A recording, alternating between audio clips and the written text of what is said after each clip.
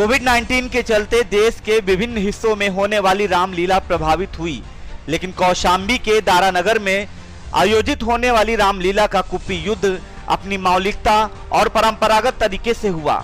कुप्पी युद्ध से पहले आयोजकों ने पूरे मैदान को सैनिटाइज कराया। प्लास्टिक की कुप्पियों को भी सैनिटाइज करने के बाद ही दोनों दलों के बीच बांटा गया। राम और रावण दल की सेनाओं के साथ ही आयोजक मंडल के सदस्य और वॉलंटियर ने मास्क का प्रयोग किया।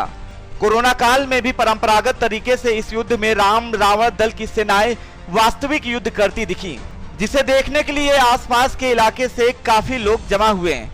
यहाँ की रामलीला अनवरत 241 वर्षों से बिना किसी बाधा के परंपरा अनुसार होती चली आ रही है।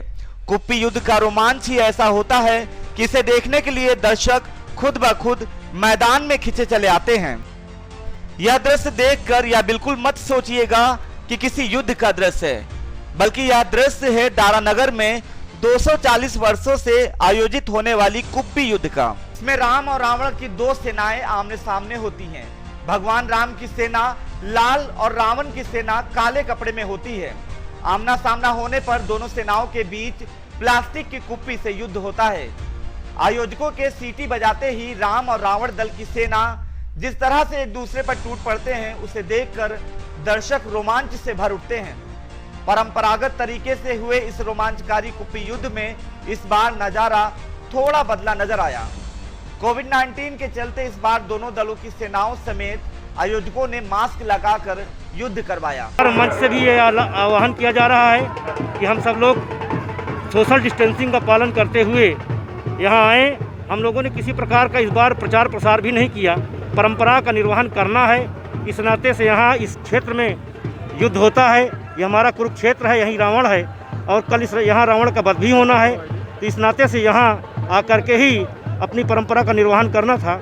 दारानगर की रामलीला में कुप्पी युद्ध के लिए 2 दिन में 7 लड़ाई दोनों दलों के बीच होती है। पहले दिन 4 चरणों में लड़ाई होती है। पहले दिन की चारों लड़ाई रावण की सेना जीतने का प्रयास करती है। दूसरे दिन 3 लड़ाई होती है। या तीनों लड़ाई जीतकर राम की सेना विजयदशमी का पर्व मनाती है। दोनों दलों के सभी युद्ध 10-10 मिनट के होते हैं। राम और रावण दोनों ही दल में युद्ध इतना विकराल होता है कि देखने वालों के रोंगटे खड़े हो जाते हैं। युद्ध में सेनानी घायल भी हो जाते हैं, लेकिन रणभूमि की मिट्टी ही इनके लिए दवा का काम करती है। सेनानी बताते हैं कि युद्ध में शामिल होना उनके लिए गौरव की बात है। दर्शक बताते हैं कि ऐसा कुप्पी युद्ध कहीं और देखने को नहीं मिलता, इसलिए वह यहाँ खींचे चले आते हैं।